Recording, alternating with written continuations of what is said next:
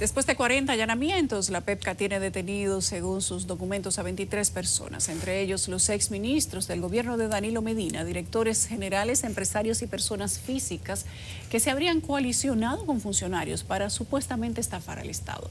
Todos estarían involucrados en un supuesto entramado corrupto que funcionó en 3 niveles y abarcó varias instituciones, incluyendo el Ministerio de Hacienda, Consejo Estatal del Azúcar, Bienes Nacionales, Banco de Reservas, Catastro Nacional y Contraloría General de la República. Vamos a ver los principales acusados y sus imputaciones.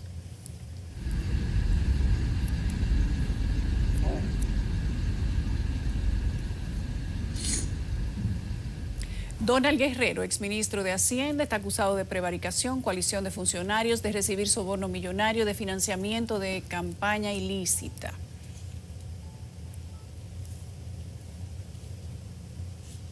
José Ramón Peralta, acusado de prevaricación, de coalición de funcionarios, de complicidad. Prácticamente, si tuviéramos que decir algo, le pusieron el código completo. El señor José Ramón Peralta era exministro administrativo de la presidencia. Se le acusa de recibir sobornos millonarios con el propósito de enriquecerse ilegalmente y financiar de manera ilícita la campaña política del ex candidato de la presidencia del PLD, Gonzalo Castillo. Dice el Ministerio Público que contó con la complicidad de Emilio César Rivas, fallecido, en ese entonces el titular de la Dirección Nacional de Bienes Nacionales, quien firmó el 95% de los acuerdos de pago de expropiaciones, consciente de que estos no cumplían con los requisitos legales. Gonzalo Castillo, exministro de Obras Públicas, según dice el documento del Ministerio Público, recibió 3.957 millones de pesos de manos del imputado Manuel Emilio Jiménez, alias Mimilo Jiménez, para financiar la campaña política. Estos recursos, indica el documento, eran recibidos por Gonzalo en bolsas y maletas de viaje. El Ministerio Público afirmó que tiene evidencia de que Castillo recibió esa cantidad en efectivo, en la mayoría de los casos, de manera personal, de manos del señor alias Mimilo Jiménez. A propósito, hoy tenemos a Samuel Guzmán con nosotros, que ha escudriñado el expediente de más de 2.000 páginas y detalla más detalles de cómo funcionaba la estructura según el Ministerio Público. Antes de recibir a Samuel, vamos a pasar con nuestros invitados del día de hoy. Tenemos a Claudia Álvarez de la Comisión de Justicia de Participación Ciudadana y a Joseph Abreu, que es coordinador general de Participación Ciudadana. Buenas noches a los dos, bienvenidos, ¿cómo están? Muy buenas noches, muchísimas gracias por la invitación. Gracias a ustedes.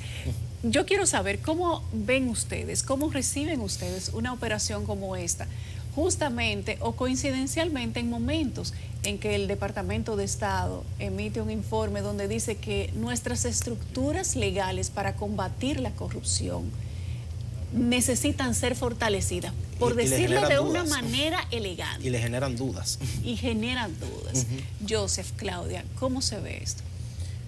Mire, el caso este caso de corrupción, uno de los casos más grandes, probablemente en materia de monto económico, en materia de tiempo ocurriendo un acto de corrupción.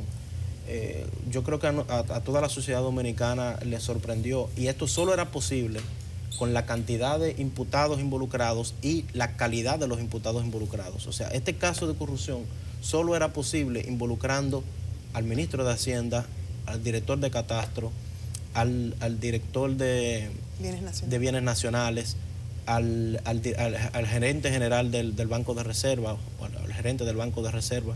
Esto es lo que se configura, o lo que normalmente se configura como una captura de Estado, donde ya la corrupción capta todos los órganos de control del gobierno central, desde el ministro de la presidencia. Estamos suponiendo, claro, que toda la acusación que presenta el Ministerio Público es valedera. Entonces, partiendo de esto, esta estructura de corrupción es lo que se configura, esa captura de Estado, y es por eso uno de los casos de corrupción, junto al caso Medusa, por incluir al principal órgano persecutor, dos de los casos de corrupción más grandes y más simbólicos en materia de captura de Estado. Yo diría, agregándole a lo que dice Joseph también, no solamente del elemento de uno de los casos más grandes hasta el momento, según indica la medida de coerción del Ministerio Público en el tema de corrupción, sino que también indica que uno de los mayores casos de lavado de activos también, y que ese lavado de activos se hizo en el periodo más corto también conocido. Entonces, esos dos elementos conjugados obviamente llaman muchísimo la atención, y que sea la corrupción administrativa a la cual este caso hace el mayor enfoque, pues llama mucho a preocupación, y como tú bien estableces, justo en el momento en que el informe sobre derechos humanos del Departamento de Estado de los Estados Unidos también hace señalamientos muy puntuales a lo que es una gran preocupación a los estamentos judiciales de nuestro país para atender estos casos, porque ya, bueno, el Ministerio Público con los casos anteriores y con esto ha demostrado que pues tiene una preparación para presentar este tipo de casos, y ahora falta que la justicia entonces vea cuáles son estos casos, vea como la calidad de estos casos, los fundamentos de estos casos, y que también pues entonces se comporte a la altura de lo que estamos esperando todos los ciudadanos de nuestro país, y que desde afuera, obviamente como lo dice el informe del Departamento de Estado de Estados Unidos, nos están viendo de manera pausada y enfocada. Qué bueno recalcar que eso es algo que Participación Ciudadana ya emitió una alerta, una advertencia a los jueces cuando salieron las condenas de los casos de los 3 brazos, donde destacamos que teníamos preocupación de que la justicia no estuviera a la altura,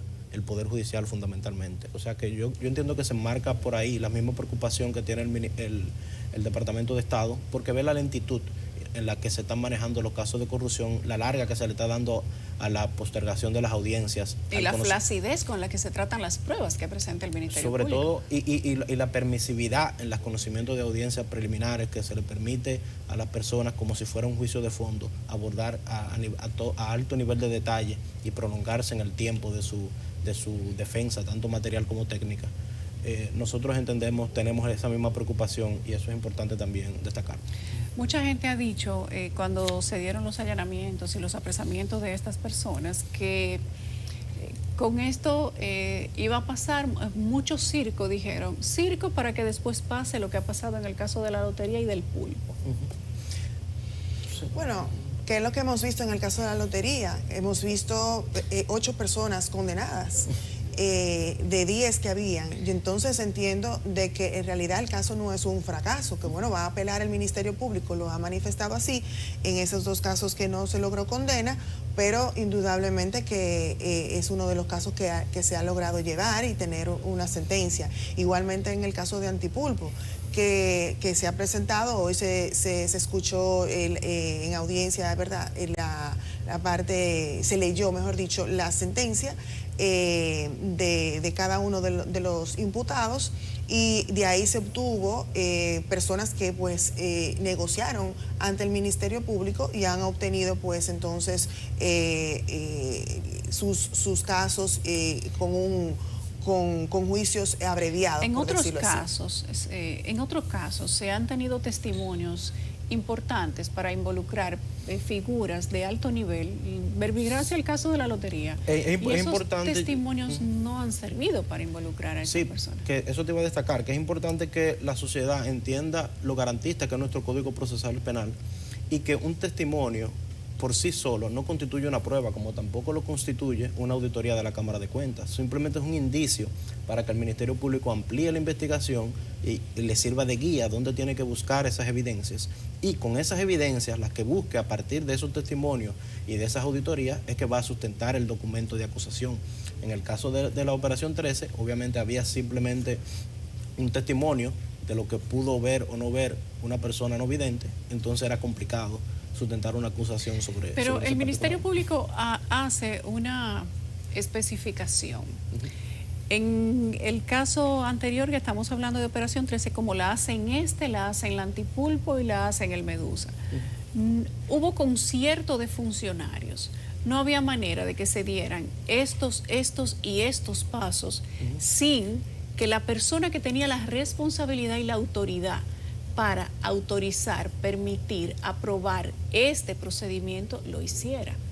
Pero no necesariamente esas personas que tenían la capacidad y la autoridad para hacer, empujar, proceder y autorizar han salido sancionadas. Significa entonces que no necesariamente una persona que está vinculada o imputada por concierto de funcionario podría salir condenada. No necesariamente, pero igual debemos verlo caso a caso. Por ejemplo, un caso muy fatídico en este sentido fue el caso de la ONSA, pero que todos sabemos que fue estructurado. Pasó lo mismo con Rivas. Claro, durante una gestión, fue estructurado durante una gestión comprometida. Para que sucediera así. Para que sucediera así. En el caso, no es la misma circunstancia que el caso de Operación 13, que tiene otras particularidades y que tuvo grandes ganancias, porque como bien señala Claudia, hubieron 8 condenados, de los cuales 6, me parece, o 4 se declararon culpables previamente. O sea que estamos hablando de un caso de grandes ganancias y que evidentemente la cabeza titular en este momento no fue condenada, pero el Ministerio Público tendrá la oportunidad de... ¿Y los comerciantes? Bueno, podríamos decir empresarios, pero hay una cantidad de gente ahí que se definían a sí mismos como empresarios, pero no tienen empresas. Eran simplemente empresarios de gestionar pagos del Estado, comerciantes de Hacienda. Manejaban temas de multas y permisos de bancas, de lotería, de casinos y de deuda pública. Pero estas personas, con cantar simplemente, con decir, yo le di a fulano, simplemente con eso salen libradas. Mira, Yulisa, yo creo que también es importante que todo el mundo entienda que para que todos grandes casos en todos los países, para que se sepa qué realmente ocurrió en el seno de esas estructuras, indudablemente tiene que haber alguien que hable, que participó en esos casos. Se dio, por ejemplo, en el caso de Lava Jato en Brasil, con lo que fue también derivado de lo que es el caso de Odebrecht, ¿verdad? Ellos hablaron y entonces se pudo entender qué era lo que estaba sucediendo con los flujos de dinero y demás. Se van en blanco. Pero, en esos casos hubieron personas que negociaron, tuvieron que entregar bienes, tuvieron que devolver dinero. Igual en los casos que estamos viendo actualmente, personas que deciden cooperar con el Ministerio Público, entonces dependiendo de la calidad de la información, qué profundidad de la información es, nuestro Código Penal permite. Entonces darle a ellos unos tratamientos muy puntuales y específicos en lo que sería la calidad ya de considerarlos como imputados o considerarlos como testigos.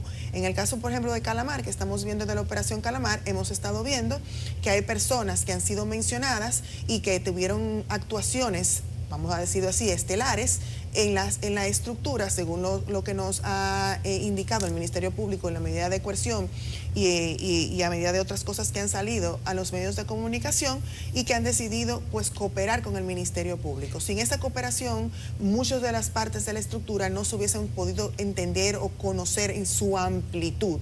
Y entonces creo que pues esos beneficios que ofrece nuestra normativa, nuestra legislación, pues sirven para esos elementos, siempre y cuando a quienes ellos estén dando de la información sirva para que algo más grande se pueda obtener, o sea, participantes en la estructura ya de más alto nivel, como se dan en los casos de, por ejemplo, de crimen organizado y de narcotráfico. Bueno, que también se han visto. También es importante que la gente sepa que un testimonio por sí solo no libra al testimonio, a quien da el testimonio de una condena, ni de ser sometido al expediente. Tiene que aportar pruebas. Y no solamente eso, y que también tiene que aprobarlo un juez. El hecho de que si le vamos a tener un juicio abreviado, eso tiene que ser sometido y el juez tiene que homologarlo y al final, que fue lo que vimos en el caso, por ejemplo, Antipulpo, que se efectuó, indudablemente que sí.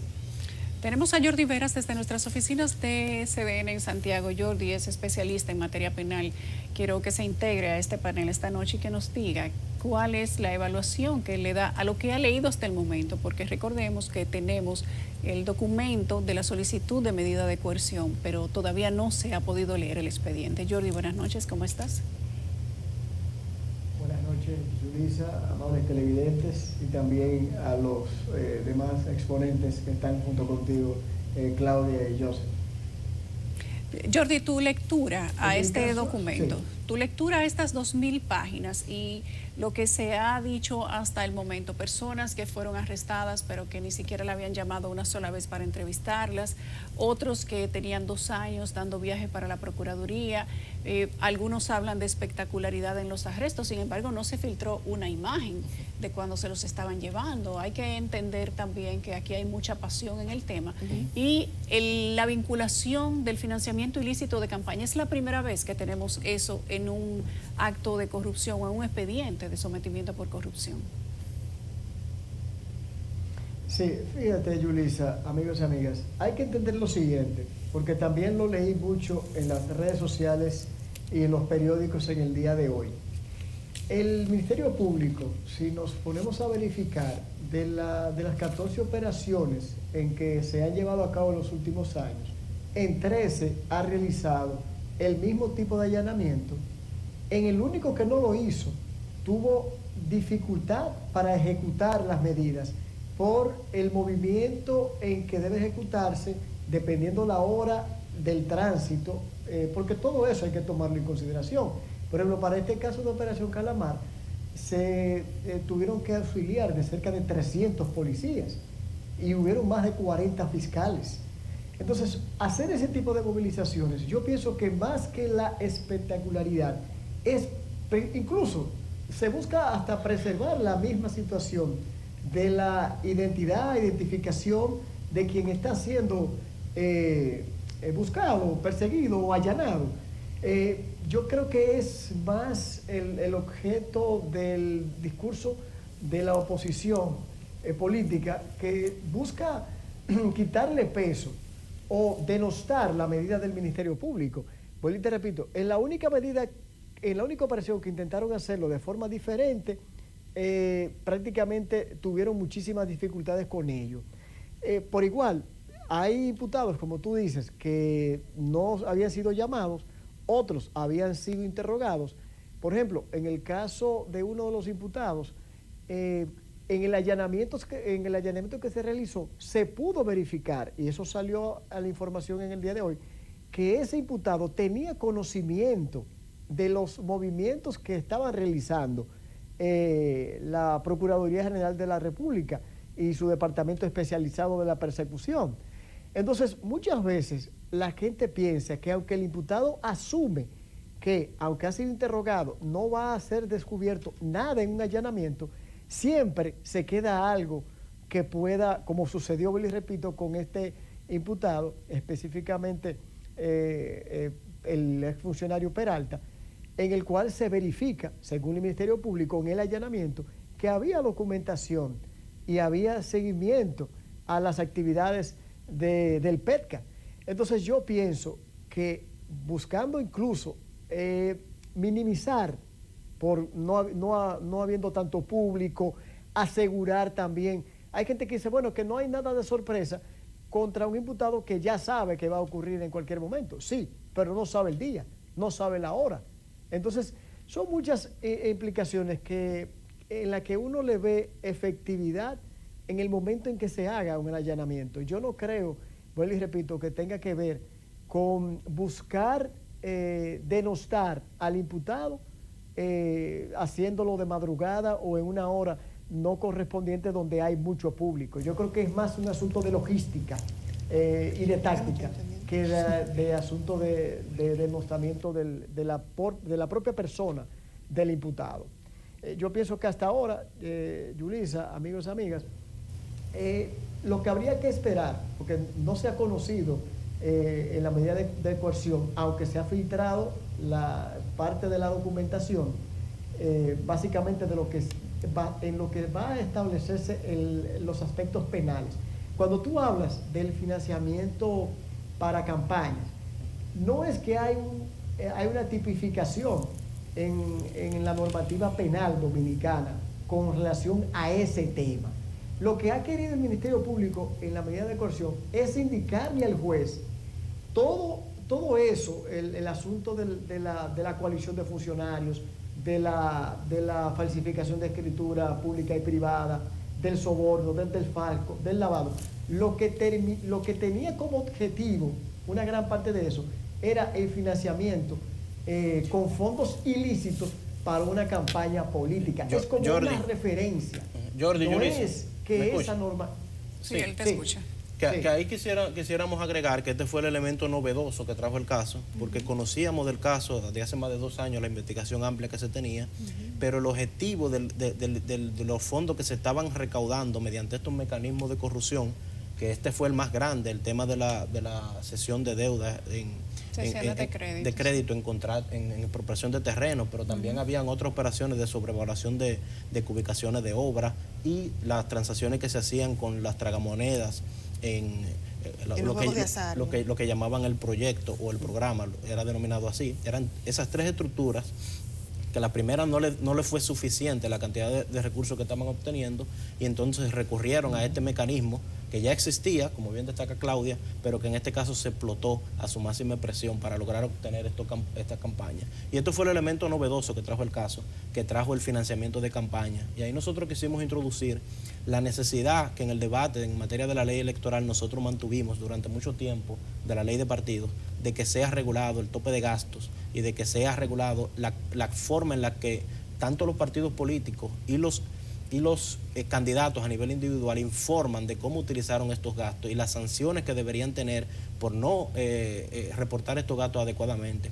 Y no solo eso, Participación Ciudadana, que ha reiterado en varias ocasiones y junto a una coalición de organizaciones de la sociedad civil, ha reiterado la necesidad de que los partidos políticos sean incluidos como sujeto obligado en el marco de la ley de lavado de activos. ¿Pero quién va a hacer que ellos se incluyan como sujeto obligado si la ley la aprueban ellos? No, el comité de lavado de activos es que tiene la potestad, según la ley, de incluir nuevos sujetos Claudia, obligados. Claro. ¿qué dice la ley electoral y de partidos sobre Bueno, eso? la ley electoral y de partidos habla también de que se debe de resguardar los temas pertinentes al lavado de activos en los partidos políticos y en las campañas también.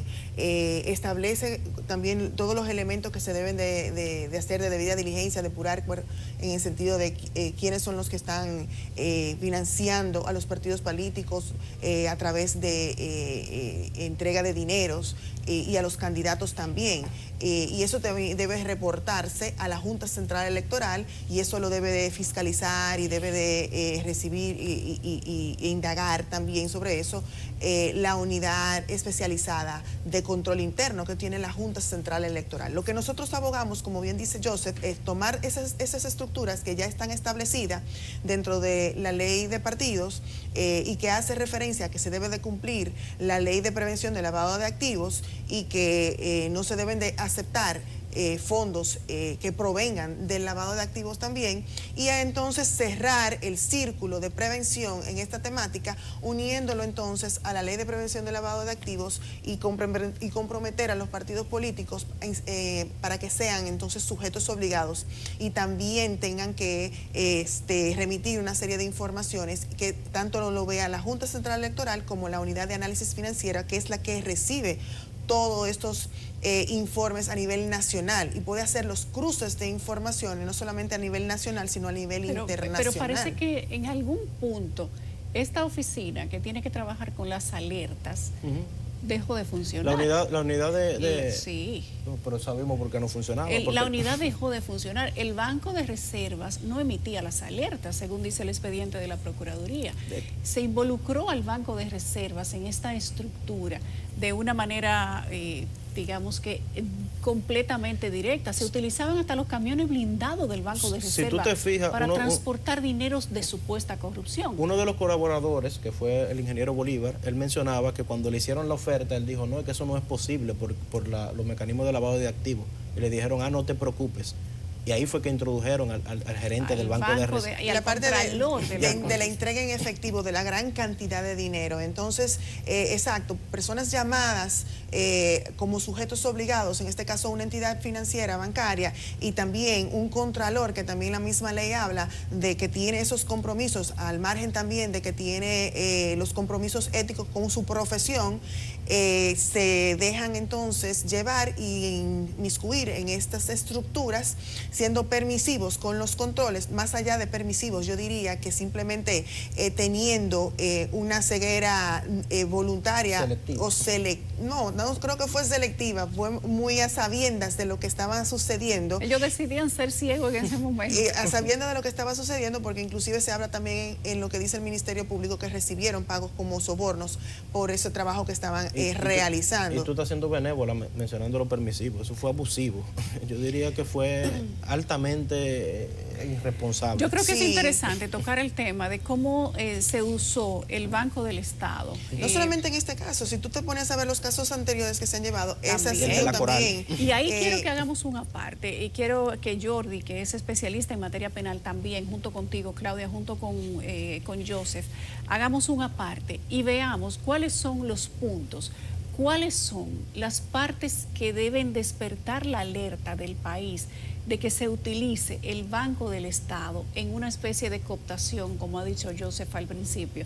Dice el expediente del Ministerio Público, ¿cuál estructura de la mafia? Nosotros tenemos que hacer una pausa que va a ser muy breve. Jordi está ahí con nosotros desde la oficina de SDN de Santiago, pero al regreso analicemos la participación del Banco de Reservas en esta estructura que dice el Ministerio Público que se utilizó de una manera descarada para sacar más de 19.000 millones de pesos de los fondos del Estado para dividírselo entre funcionarios del pasado gobierno.